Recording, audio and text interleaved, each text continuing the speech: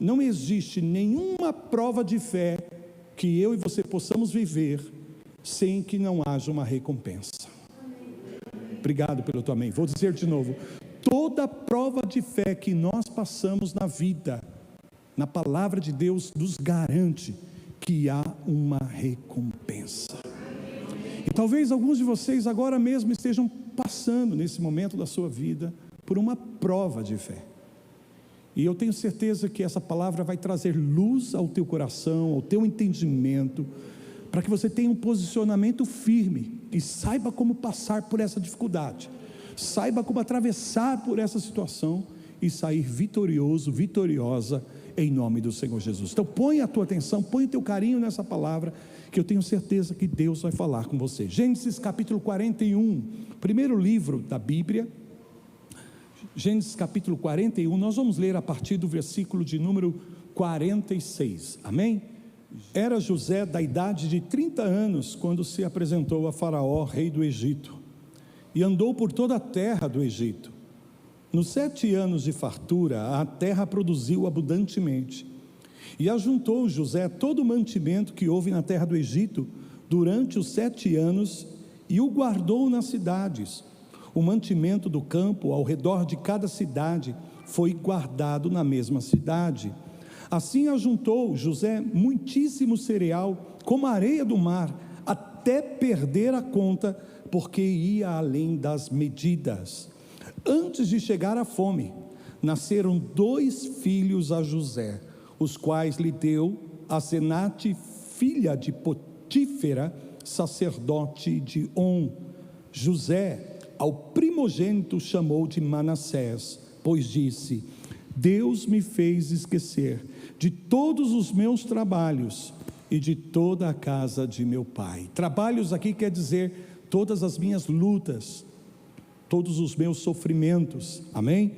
Versículo 52, ao segundo chamou-lhe Efraim, pois disse: Deus me fez próspero na terra da minha aflição.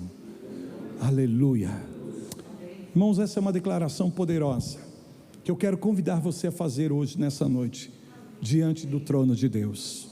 Diga-se comigo: Deus me fez próspero na terra da minha aflição. A palavra próspero aqui, literalmente significa frutífero, amém? Então, no original, José deu o nome ao seu segundo filho de Efraim, que significa literalmente, pega aí, frutificar em medida dobrada, amém? Então o sentido do nome Efraim, e está aqui contido na declaração de José, por que José deu o nome de Efraim, que significa frutífero 2 vezes, amém? Porque Deus me prosperou, ou seja, Deus me fez frutífero duplamente no lugar, na terra da minha aflição, da minha angústia, da minha dificuldade, da minha luta. E eu quero trazer essa palavra sobre a tua vida nesse tempo, em nome de Jesus, porque o mesmo Deus de José, que fez com que ele fosse duplamente frutífero, duplamente próspero, no momento das suas maiores lutas e dificuldades, Deus também vai fazer você frutífero duplamente nas suas lutas, nas suas dificuldades, nas suas angústias, em nome de Jesus. Pai, queridos, quando a gente começa a falar sobre prova, a primeira coisa que eu me lembro é o tempo de prova no colégio, amém? Quantos aqui já fizeram provas no colégio? Alguns tiveram dificuldade de levantar a mão, faz tanto tempo que nem lembra mais dessas provas. Agora deixa eu fazer uma pergunta, a cada um de vocês, responde aí no teu coração: como é que você se preparava para as provas do colégio? Ou como você, no caso dos nossos jovens aqui, amém, se preparam para as provas do colégio? Qual é a sua estratégia? De que maneira você se prepara para fazer prova?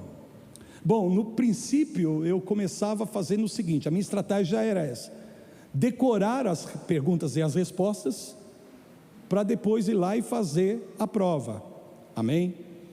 Então essa era a minha forma de fazer as provas. Inicialmente, eu não tinha o costume de estudar muito antes, como alguns alunos lá ficavam estudando e se preparavam de antemão. Eu deixava a coisa quase para a mesma semana, talvez um dia antes eu ia estudar, só que eu não estudava, na verdade eu decorava, eu ficava lendo e decorando. Eu tenho uma facilidade de ler as coisas e guardar isso bem. Eu tenho uma mente fotográfica para leitura, ok? Então eu já tinha essa facilidade quando criança. Estou falando da minha infância, no começo, primeiro, segundo, terceiro ano, tal.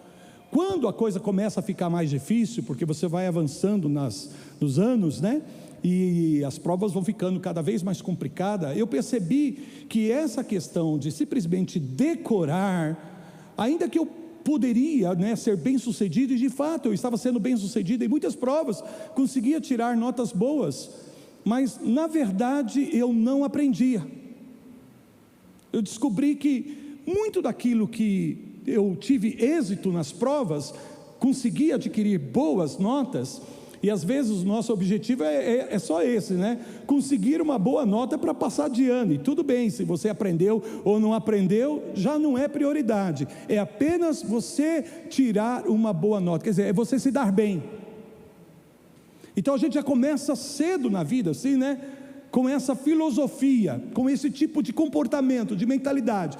O negócio é você se dar bem. Então eu vou fazer uma prova, eu quero ser bem sucedido nessa prova. Mas espera aí, nem sempre o fato de você conseguir ter uma boa nota como resultado da prova que você fez é garantia de que fato você aprendeu.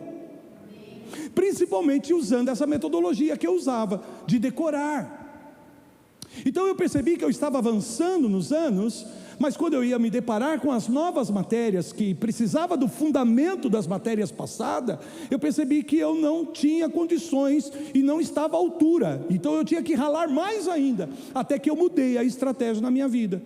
E é o que eu faço até nos dias de hoje. Então eu já não decoro mais, já há muitos anos eu não decoro, apesar que eu tenho essa facilidade, a profeta sabe disso, amém? Mas o que eu faço? Eu procuro ler e entender. Se eu entender, pronto. De repente eu não preciso responder, porque no decorar você responde como você leu lá e decorou, ou não é verdade?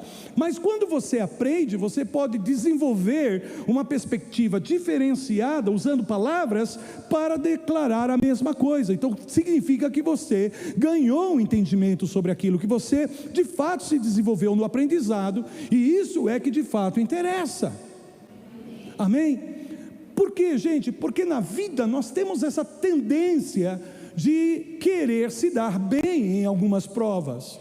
Hoje você pode, por exemplo, fazer vários cursos online, que vão te ensinar, te dar algumas dicas, alguns segredos, alguns truques, como alguns marqueteiros usam, nos marketing digital principalmente, dicas matadoras para você convencer uma pessoa, dicas matadoras, 3 dicas matadoras para você ser bem sucedido numa entrevista de emprego, por exemplo. Então você aprende ali, você decora quais são esses passos, e você se prepara e vai para aquela entrevista de emprego, e aquilo te ensinou como você pode se dar bem ali, fazer uma boa entrevista. E às vezes você vai bem na entrevista, mas isso não é garantia que a pessoa seja o melhor qualificada para aquele trabalho, para aquela vaga. Faz sentido o que eu estou falando? Ou então os rapazes, 3 passos para conquistar a mulher dos teus sonhos. Amém? Aí o cara vai lá, todo galante, todo chavequeiro, sabe o que falar, sabe como agradar, sabe, mas não é o suficiente, não garante um bom matrimônio.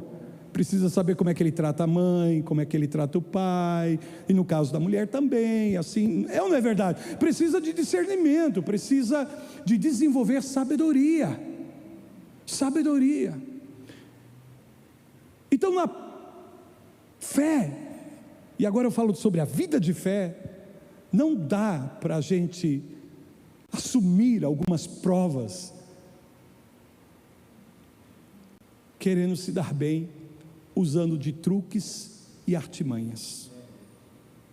Na vida a gente pode até se dar bem em algumas provas, usando alguns truques, mas no que concerne a prova da fé, meus irmãos, não é uma questão de se dar bem, na verdade, é uma questão de maturidade, porque as provas da fé têm justamente esse objetivo nas nossas vidas, desenvolver maturidade em nós, e maturidade aqui é sabedoria adquirida, sabedoria desenvolvida, para que você esteja pronto e preparado para toda a obra, não só porque você saiu bem naquela área, mas aquilo desenvolveu em você uma maturidade, que gera em você uma sabedoria maior, em relação à tua vida com Deus, e consequentemente a tua vida aqui nesse mundo. Posso ouvir um amém?